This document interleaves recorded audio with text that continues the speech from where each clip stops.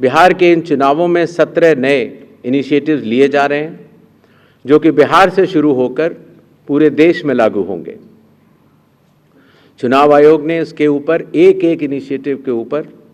काफ़ी चर्चा और इनकी प्रायोगिकता को देखते हुए ये कदम उठाया है और एक ऐतिहासिक कदम इसको माना जाएगा। ट्रेनिंग, पहली बार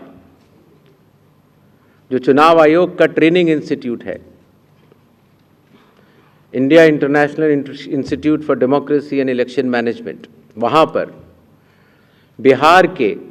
सभी बूथ लेवल एजेंट्स जो जिला स्तर के थे, बूथ लेवल एजेंट 1, उनकी ट्रेनिंग का आयोजन किया गया। इसी तरह से अब जहाँ जहाँ चुनाव होंगे वहाँ वहाँ बूथ लेवल एजेंट्स 1 की भी ट्रेनिंग IIIDM द्वारिका में की जाएगी। जो बूथ लेवल ऑफिसर्स होते थे, पहले उनकी ट्रेनिंग या तो विधानसभा स्तर पर हो जाती थी या कई बार जिला स्तर पर। तो इस बार हर विधानसभा क्षेत्र के 4 से 5 BLOs को IIIDM में बुलाया गया और उनको चुनावी प्रक्रिया के बारे में अवगत कराया गया, जिससे कि हमें अब जो चुनावी तंत्र है, जो ज़मीनी स्तर का चुनावी तंत्र है, उसमें बहुत ही ज़्यादा बदलाव देखने को मिला। साधारण तौर से पुलिस ऑफिसर्स की ट्रेनिंग भी जिला स्तर पर या राज्य स्तर पर होती थी, लेकिन चूंकि लॉ एंड ऑर्डर एक सेंसिटिव सब्जेक्ट है और ख़ास तौर से जब CAPF जाती हैं तो जिला पुलिस प्रशासन और CAPF का समन्वय भी बहुत आवश्यक होता है। इसके लिए पहली बार पुलिस ऑफिसर्स की भी IIIDM में ट्रेनिंग की व्यवस्था की गई। ये तीनों लॉजिस्टिक्स के हिसाब से और ट्रेनिंग के हिसाब से बहुत बड़े कदम रहे। मतदाता सूची, लगभग 22 वर्षों के बाद बिहार में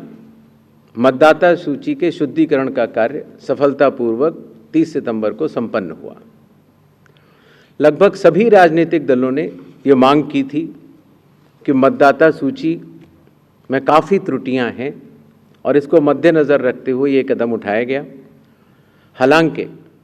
सोशल मीडिया पर इसके बारे में कुछ बढ़ चढ़कर कहा गया, लेकिन सत्यता ये है कि आज की तारीख में बिहार के 243 इलेक्टोरल रजिस्ट्रेशन ऑफिसर्स ने 90,000 बूथ लेवल ऑफिसर्स के साथ मिलकर 1.6 लाख बूथ लेवल एजेंट्स जो कि 12 मान्यता प्राप्त राजनीतिक दलों ने नियुक्त किए थे, उनके साथ मिलकर इस सूची को शुद्ध करने का बहुत ही सराहनीय काम किया है और बिहार ने देश को ये राह दिखाई है। चूँकि विशेष गहन परीक्षण में काफ़ी मेहनत ज़मीनी स्तर के अधिकारियों को करनी पड़ी, तो जो रिन्यूमरेशन था, जो BLOs का था और जो बाकी अधिकारियों का था, उसको भी कई वर्षों के बाद बढ़ाया गया और ख़ास तौर से EROs और AEROs का ऑनरेरियम तो पहली बार दिया गया।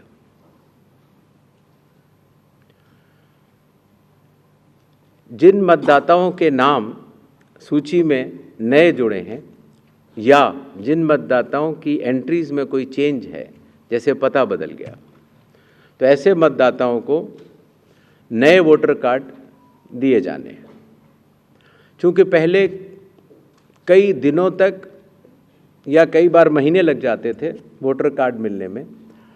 इसीलिए चुनाव आयोग ने सभी एजेंसियों के साथ मिलकर ये SOP बनाया कि किस तरीके से 15 दिन के भीतर मतदाताओं के हाथ में इलेक्टर फ़ोटो आइडेंटिटी कार्ड, जिसको सामान्यतः वोटर कार्ड कहा जाता है, वो उनके हाथ में आए। इसी तरीके से जो हमारे बूथ लेवल ऑफिसर्स हैं, जब वो मतदाताओं के घर घर जाते हैं तो उनको भी पहचान पत्र पहली बार चुनाव आयोग ने डिज़ाइन भी किया और उनको दिया भी। कंडक्ट ऑफ इलेक्शंस जो आने वाला है,